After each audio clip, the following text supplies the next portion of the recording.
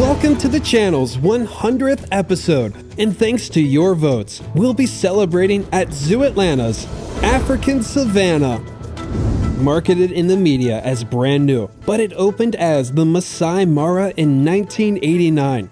And as natural looking and innovative as it was for its time, the big guys, or I should say gals, were missing out on a quality home. In 2019, with about $50 million, the zoo reimagined over half the savanna and even expanded beyond the original barriers to give these giants better lives.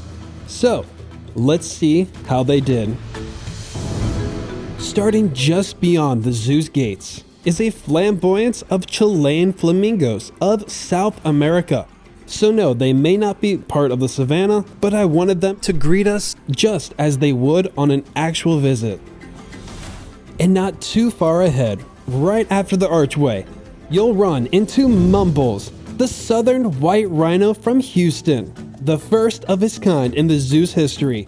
You'll find him outside or possibly even inside in a complex that was built for a pachyderm, just not for him. It doesn't look like his exhibit was touched up in the renovation, but it's far more suitable for a rhino than it was for their African elephants, who just got an elephant-sized upgrade. The zoo combined the old warthog, black rhino, and savanna exhibits to make one of America's better homes for elephants.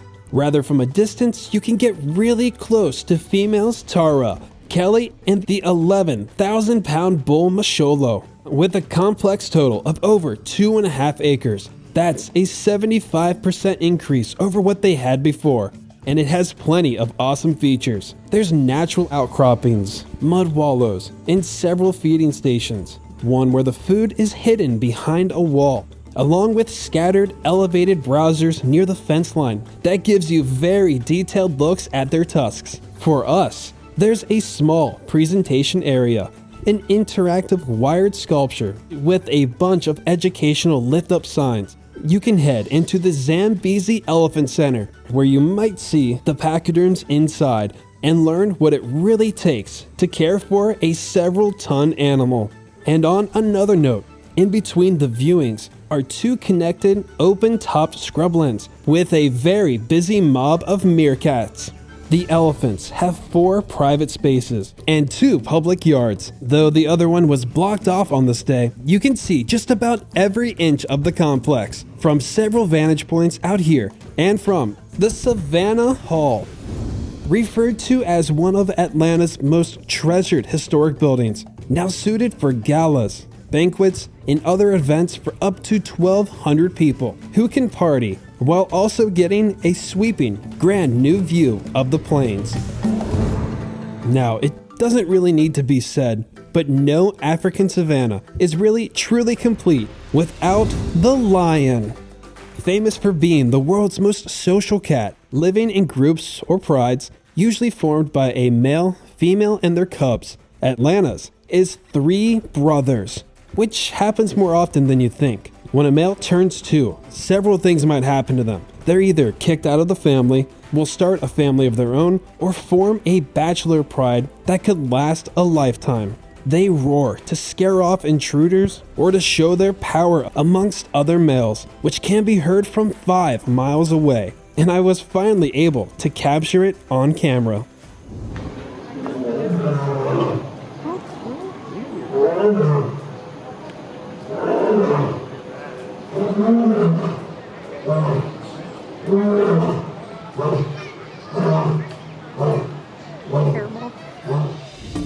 Right on the other side of the path is a very special zoo tour's first, the Cory Bustard, a ground-dwelling bird of southern and East Africa. The males are usually twice as big as females and can weigh up to 40 pounds and stand 3 to 4 feet tall. They may not be quite up there with the ostrich, but they are still Africa's heaviest flying bird.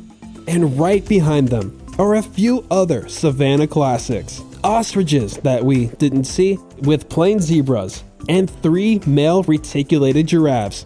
Their home used to be the area's immersive backdrop, but they went with a more practical look, so now you can get even closer to the world's tallest animals. And for $3, rather from an elevated platform, You can feed them from the ground. And yes, together for the first time, we did not miss out on that opportunity. Remember a few episodes ago when I said we'd focus on warthogs another time? Well, we'll have to wait again. But later, we did find out they had 3 pretty good excuses to stay behind the scenes. And that completes this look at the new and improved African savanna and part 1 of our Zoo Atlanta tours. So tell me how you think they did. Please click those share, join, and subscribe buttons to support the channel. And until next time, thank you for watching.